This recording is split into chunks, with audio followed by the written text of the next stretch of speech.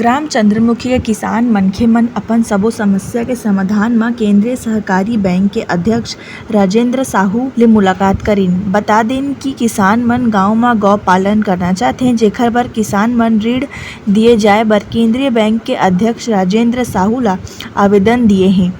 अउ आवेदन ला स्वीकार करत हुए अध्यक्ष ह सबो किसान ला आश्वासन दिए हे कि जल्द बोर्ड डाहर बैठक करे जाही अउ बैठक म प्रस्ताव होए के तुरंत बाद किसान ला ऋण उपलब्ध करवाए जाही।